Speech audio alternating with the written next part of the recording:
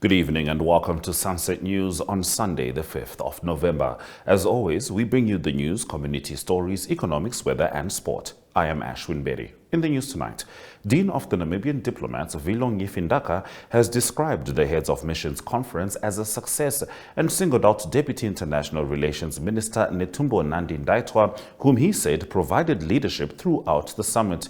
Deputy Minister Netumbo Nandi-Ndaitwah has described the just concluded Heads of Mission Conference as a resounding success, saying its outcomes will shape Namibia's economic policy going forward. Ohone Hlage reports.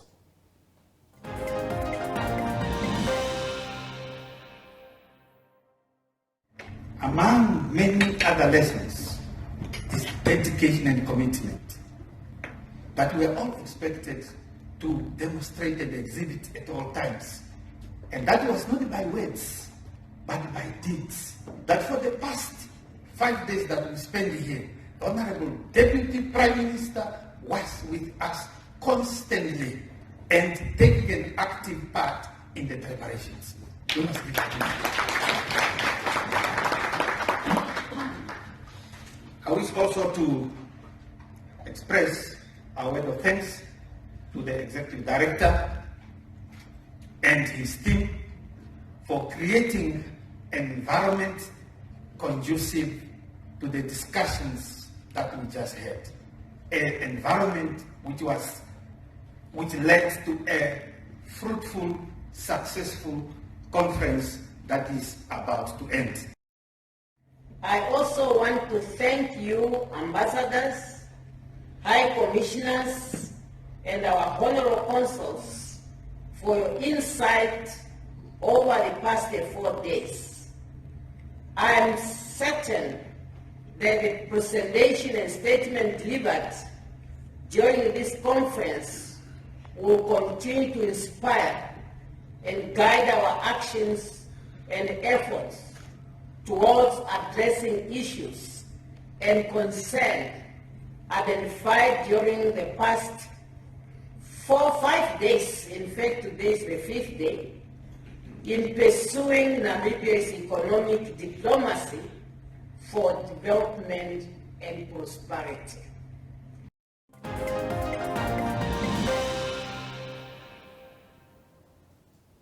Director for ICT Development Linda Aipinge Nakale in the Ministry of Information gives stakeholders in the ICT sector an overview of what the ministry has undertaken in the ICT sector during a consultative meeting held yesterday. Ohone Hlage reports.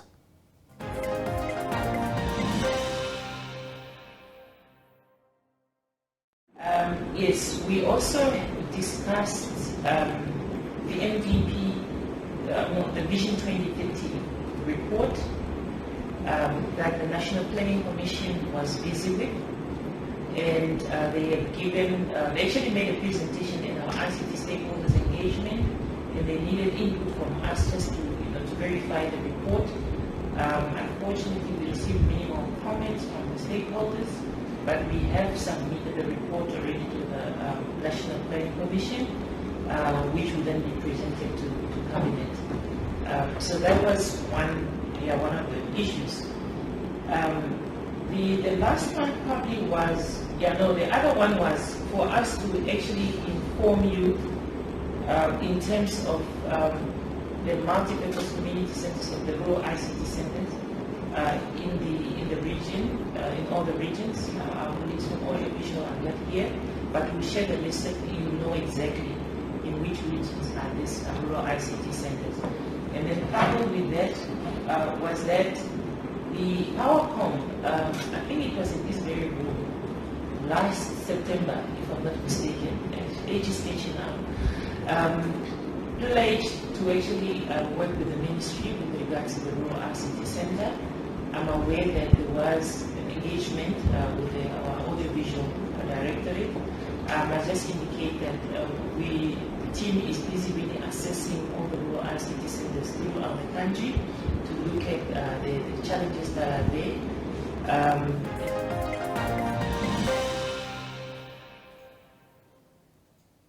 Small stock producers in Namibia are faced with significant livestock health challenges, mostly associated with parasitism or parasite infestations.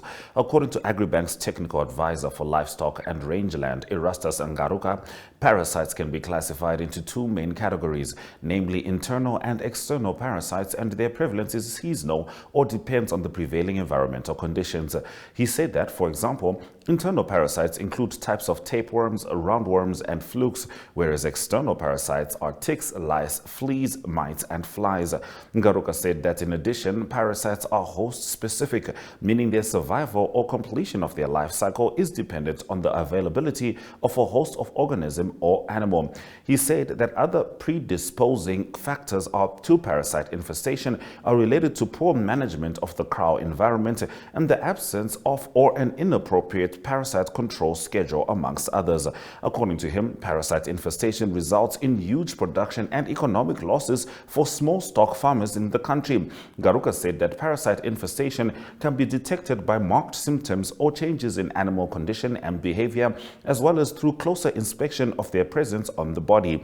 He said that some of the parasite activities on an animal include blood sucking, feasting on skin and hair, and pre-digested feed in the rumen. The most observed symptoms, depending on the type of parasite, include anemia, diarrhea, bottle jaw, runny nose, hair loss, and emaciation, amongst others. Furthermore, the effects of internal parasites can be organ-specific. For example, the liver fluke affects the liver and the lungworm affects the lungs. Ngaruka said that the two distinct seasons for Namibian farmers to focus on livestock management programs are winter and summer, as both present varying challenges when it comes to parasite control. Now, in our Story of the Day segment, Inspector General Joseph Shikongo says technology has played an integral part in the development of crime fighting. Neopaints has established a 67-year Namibian legacy, creating personalized paint solutions that blend quality and innovation for the Namibian people. We pride ourselves in being a 100% Namibian-owned company, investing in our country and our people by employing and empowering true Namibians. With every brushstroke, Neopaints commits to our quality guarantee and always delivering a coat of excellence. At Neopaints, we always stay true to our country. We are as Namibian as you.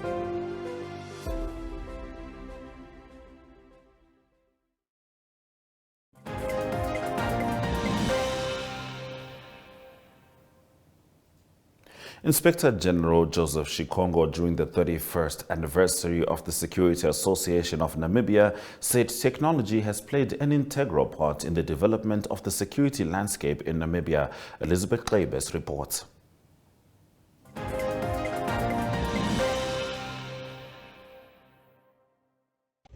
If there is anything that they require to report, it's also important to note that the technological advancement has transformed the security sector. And that is one of the challenges that we are facing on a daily basis. The technologies, the use of technologies, you will find we have resources, but each one is operating on a silos. There are 4 or 5 security cameras that they've got drones, and they are using it on their own. You find a security camera that's got CCTV, and they are just confined in their company. Instead of coming up and saying, how do we widen the net? If there is a security company in Ivenil that is able to project a particular area, while the other company in Ivenil can focus in the other area. Technological advancement has taken the security space in the current world.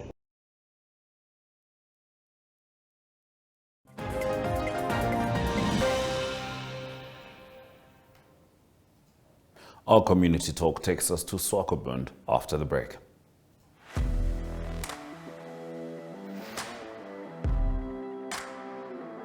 Hello and welcome to today's Sports Rep Show. I am your host, Jesse Jackson Kauraika.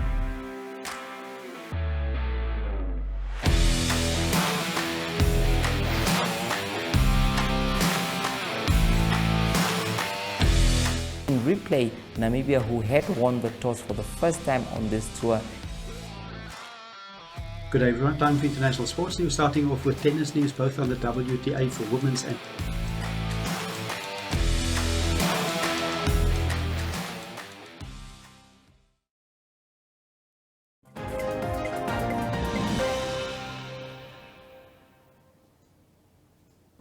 The Parliamentary Standing Committee on Human Resource and Community Development conducted a public hearing in Swakopmund at the Mondesa Multipurpose Centre. The public hearing addressed the motion of electricity debts owed to NamPower and water debts owed to NamWater by local authorities. Member of Parliament Edson Isaacs, through Human Resources and Community Development, facilitated the event. Precious Gitaunapo reports.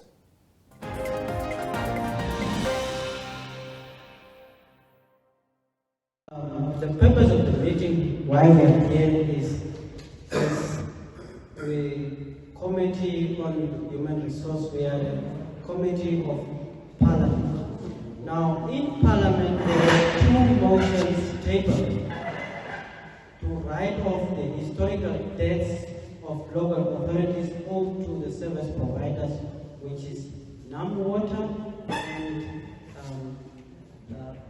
and around the red or NamPower in this case. It was submitted by one member, Honorable Elisabeth, that motion requested Parliament to consider writing off historical debts. And these motions were referred to by Parliament to Standing Committee on Human Resource and Community Development.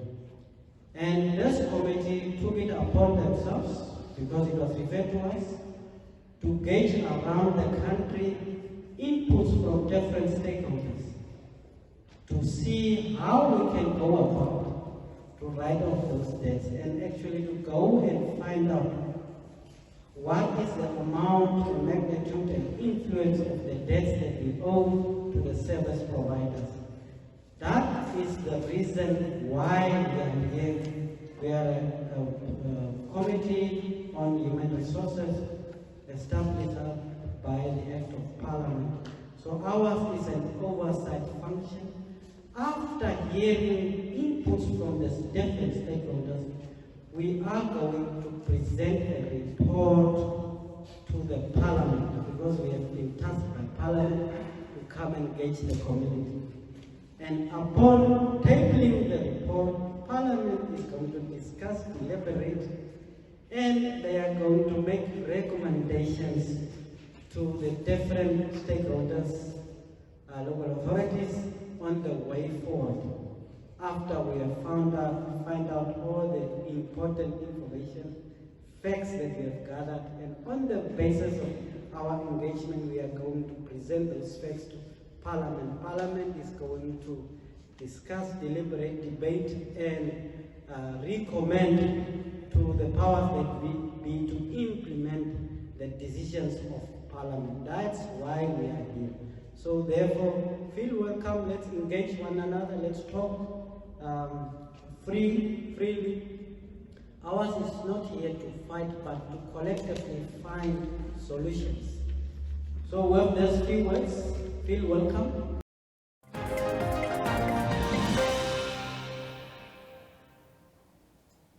All right, according to Economic News, Namport eyes the third quarter of 2024 to start Lüderitz port expansion. Stay with us.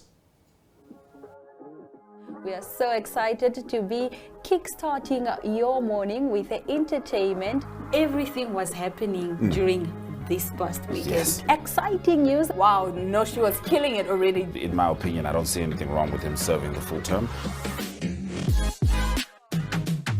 As well as keeping you informed on the issues that you need to know happening in and around our country.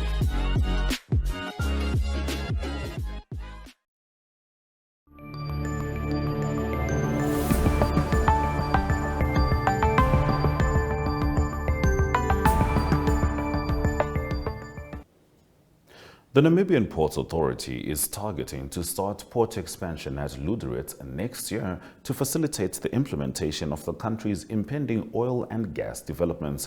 Namport Chief Executive Officer Andrew Kanime told The Brief that the construction is expected to take 24 to 36 months as the port's operator looks to align the capital project with Hyphen's feasibility timeline of approximately 2 years. Kanime said the port's company would not be closing the Lüderitz port during the planned works. He said the port will be expected to cater to both the green hydrogen sector and the oil and gas. Quizzed on how the company plans to fund the project, Kanime said the entity would use blended financing by funding the project with its internal resources as well as debt financing.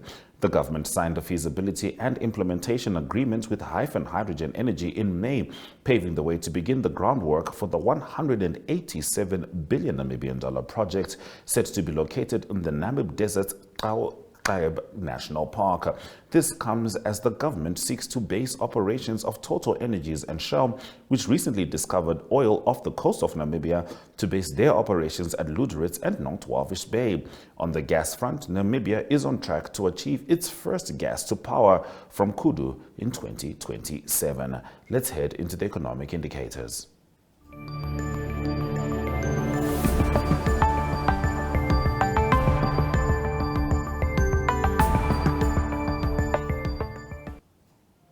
The Namibian dollar trades at 18.26 next to the US dollar, with 19.58 getting you €1. 22.5 Namibian dollars is 1 British pound, and 1 Chinese yuan costs 2.50. Gold, copper and platinum managed some upticks, whilst Brent crude oil made a downturn of minus 2.10%.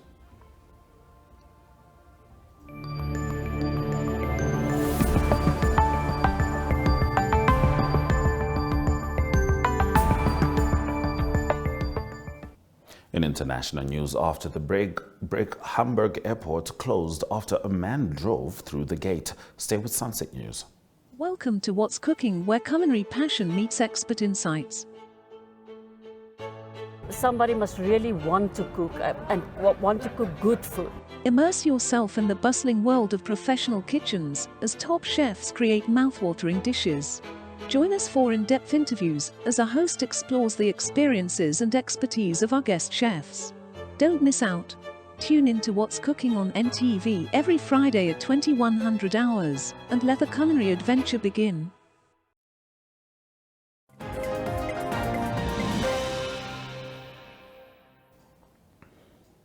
A 35-year-old man drove a car through a barrier onto the grounds of the Hamburg airport yesterday evening in what police have described as a custody dispute. Police said no one appeared to be injured, but the airport announced it was currently closed for takeoffs and landings, and airport terminals were evacuated. A spokesperson for the airport said 27 flights had been affected. The event occurred around 8 p.m. local time, police said. The police initially reported the man was armed and had fired shots upon entering the airport. A later statement clarified that banging noises were heard, but it was yet unclear whether the man was armed. Police said he threw 2 burning bottles out of the vehicle. The man's 4-year-old son was with him in the car as he parked his vehicle beneath a plane on the airport's tarmac. Police said psychologists were on the scene and in contact with the man. Now, thousands of protesters gathered yesterday to march down the streets of Washington, D.C., calling for a ceasefire in Gaza after Israel's military intensified its assault against Palestine. Similar protests occurred in many major cities around the world. People waved Palestinian flags while the crowd chanted "Free Palestine" and shouted claims for justice for the civilians killed in airstrikes in Gaza. Demonstrators also asked for U.S. President Joe Biden to call for a ceasefire and stop funding Israel's military. Israel has attacked Hamas-controlled Gaza in retaliation for October 7 raid on Israel by Hamas militants, and now the civilian death toll in Gaza has surpassed 9,488, Gaza health authorities said on Saturday, and humanitarian conditions in the enclave have grown dire. Stay with us as we head into the weather.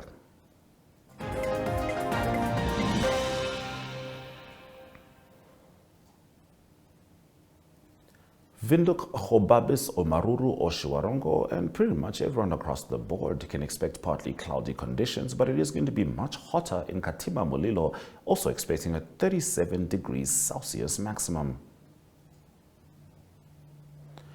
It is going to be sunny in Walvish Bay, Ariamsvlei, Aranos, and Keetmanshoop, whilst it's a little chilly in Luderitz and Rehoboth, both expecting 12 degrees Celsius minimums. Stay with us as we head into the sports news after the break. Welcome to My.NA Cars, your ultimate destination for everything automotive. I am your host, Diana Master. Teamwork makes the dream work, right? Discover the latest models, innovative technologies, and expert insights from our passionate hosts. Learn essential maintenance tips and get exclusive behind-the-scenes access to the automotive industry. Don't miss My.NA Cars on NTV every Thursday at 2100 hours. Tune in and ignite your passion for automobiles. Neo Paints has established a 67-year Namibian legacy, creating personalized paint solutions that blend quality and innovation for the Namibian people.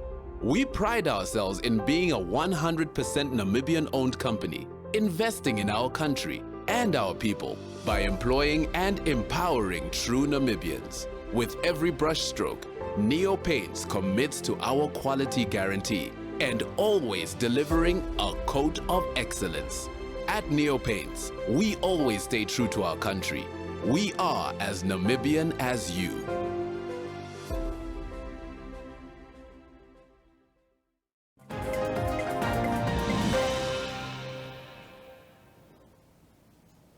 Two matches were played in Cricket Namibia's T20 Premier League, both with the Wanderers Field as the venue and easily won by the favourites.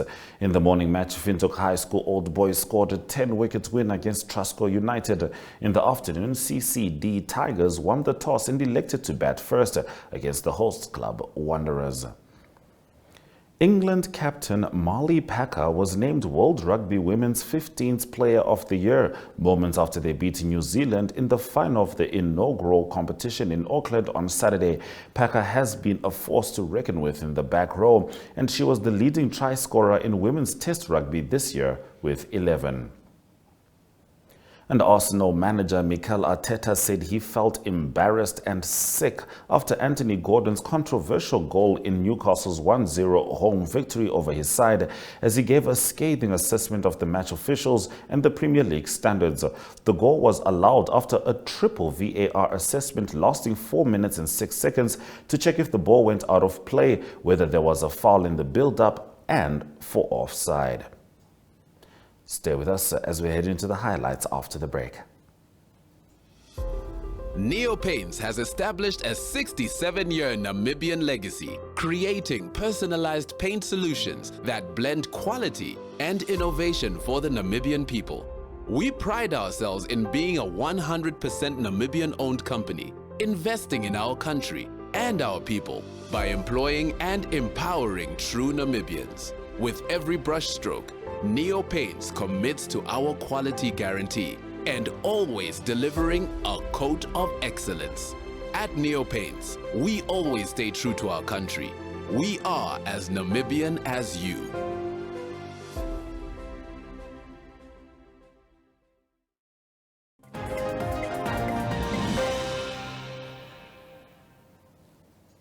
Thank you for staying with Sunset News. Let's get into the highlights from this evening's broadcast. Small stock producers in Namibia are faced with significant livestock health challenges, mostly associated with parasitism or parasite infestations. According to Agribank's technical advisor for livestock and rangeland, Erastus Ngaruka, other predisposing factors to parasite infestation are related to poor management of the kraal environment and the absence or an inappropriate parasite control schedule, amongst others.